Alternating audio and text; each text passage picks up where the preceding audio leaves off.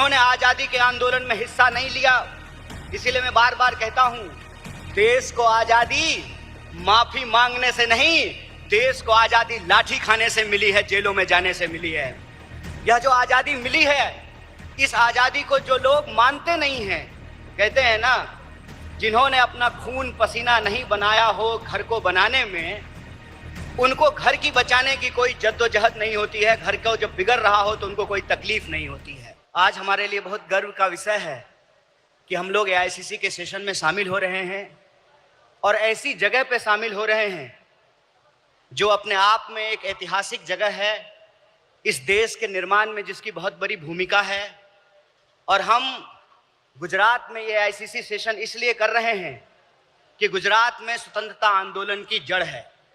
गुजरात वो भूमि है जहां हमारे राष्ट्रपिता महात्मा गांधी, सरदार वल्लभ भाई पटेल जी, दादा भाई नौरोजी जी का जन्म स्थान है, उनकी कर्मभूमि है। तो जब यहाँ पे एआईसीसी सेशन हो रहा है तो हमारा उद्देश्य यही है कि हम अपनी जड़ में जाएं, अपने जड़ को मजबूत करें, क्योंकि हमारे सामने एक बहुत बड़ी चुनौती है। चुनौती ये है कि हम आज़ादी के आंदोलन में शामिल हुए, देश को आज़ादी मिली और आज़ाद भारत के निर्माण में कांग्रेस पार्टी ने बहुत बड़ी भूमिका निभाई। पहले हमारी जिम्मेवारी देश को चलाने की थी, आज हमारी जिम्मेवारी देश को बचाने की है। यह भूमिका हमको अपने आप में समझनी पड़ेगी। देश को चलाने की जिम्मेवारी ऐसे थी कि देश आजाद हुआ, देश का संविधान बना और उस संविधान के आधार पर भारतीय लोकतंत्र फलना फूलना शुरू किया। कुछ दशकों के बाद कुछ ऐसी शक्तियां आज सत्ता पर काबिज हुई है जिन्होंने आजादी के आंदोलन में हिस्सा नहीं लिया। इसीलिए मैं बार बार कहता हूं, देश को आजादी माफी मांगने से नहीं, देश को आजादी लाठी खाने से मिली है, जेलों में जाने से मिली है। यह जो आजादी मिली है, इस आजादी को जो लोग मानते नहीं हैं, कहते हैं ना, जिन्होंने अपना खून पसीना नहीं बनाया हो घर को बनाने में, उनको घर की बचाने की कोई जद्दोजहद नहीं होती है। घर को जब बिगड़ रहा हो तो उनको कोई तकलीफ नहीं होती है। जो संविधान को बनाए हैं वही संविधान को बचाना चाहते हैं, जो आजादी दिलाए हैं वही आजादी को बचाना चाहते हैं, जो देश को बनाए हैं उन्हीं को देश को बचाना पड़ेगा। बताइए, कांग्रेस पार्टी का एक एक कार्यकर्ता जो देश की आजादी पर गर्व करता है, देश के स्वतंत्रता आंदोलन पर गर्व करता है, उस आजादी को बचाने के लिए आप संघर्ष करेंगे कि नहीं करेंगे? अगर आप संघर्ष करेंगे तो ये लड़ाई बिल्कुल आमने सामने की लड़ाई है। ये लड़ाई है कि एक तरफ वो लोग हैं जो काली टोपी पहनते हैं, एक तरफ हम लोग हैं जो सफेद टोपी पहनते हैं।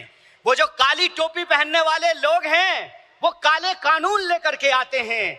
हम सफेद टोपी पहनने वाले लोग जो हैं वो गरीबी का अंधियारा मिटा करके, बेकारी का अंधियारा मिटा करके हम रोजगार का अवसर लाना चाहते हैं। हम अन्याय को समाप्त करके सामाजिक, आर्थिक और राजनीतिक न्याय लेकर के आना चाहते हैं। इसीलिए आज जब मैं आपके बीच में बोल रहा हूं तो सबसे पहले जो ड्राफ्ट है रेजोल्यूशन की, मैं उसके समर्थन में बोल रहा हूं। और यह जो न्याय पथ है जिसको लेकर के हमारा संकल्प है कि इस न्याय पथ पर हम चलेंगे, और न्याय पथ पर चलने का मतलब यह है कि देश में कहीं भी अन्याय होगा, चाहे वो अन्याय दलितों के खिलाफ हो, चाहे वो अन्याय गरीबों के खिलाफ हो, चाहे वो अन्याय पिछड़ों के खिलाफ हो, चाहे वो अन्याय आदिवासियों के खिलाफ हो, महिलाओं के खिलाफ हो, किसानों के खिलाफ हो, मजदूरों के खिलाफ हो, किसी भी भारतीय के खिलाफ अगर कोई अन्याय होगा तो उस काली टोपी वाले अन्याय के खिलाफ हम सफेद टी शर्ट पहन करके राहुल गांधी जी के बताए रास्ते पर चलेंगे। हम न्याय का योद्धा बनेंगे और न्याय का जो हमारी पहचान है, न्याय का जो हमारा ये सिंबल है, उसी से हम इस देश को बचा सकते हैं।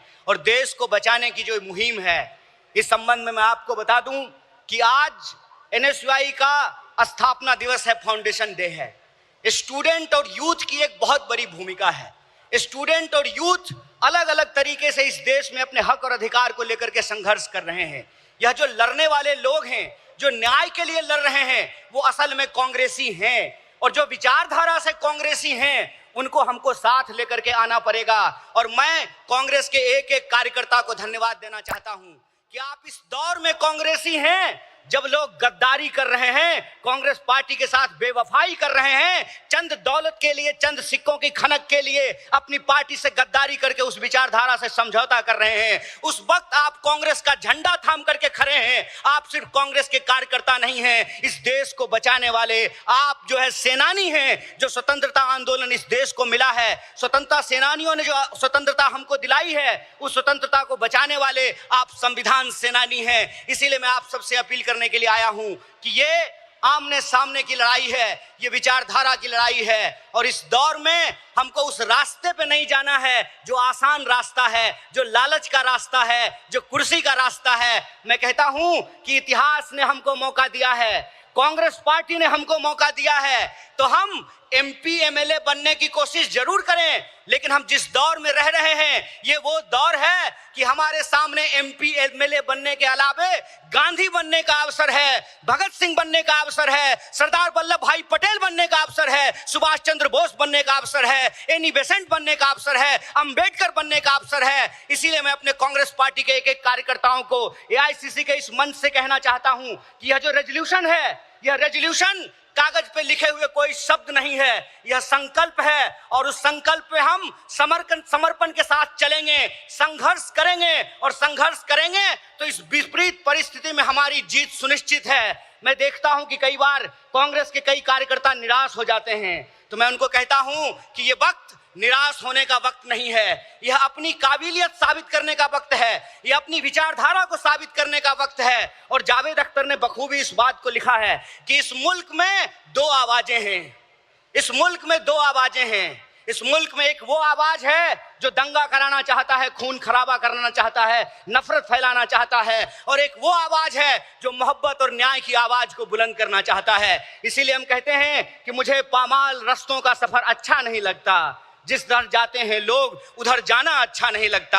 आप कांग्रेस पार्टी के ईमानदार कार्यकर्ता हैं, आपके कंधे पर देश को बचाने की जिम्मेवारी है, आपके कंधे पर संविधान को बचाने की जिम्मेवारी है, और हमको पूरा भरोसा है कि आईसीसी सेशन के माध्यम से पूरे देश में यह संदेशा जाएगा, और कांग्रेस पार्टी का एक एक कार्यकर्ता मजबूत होकर के अपनी काबिलियत को साबित करेगा।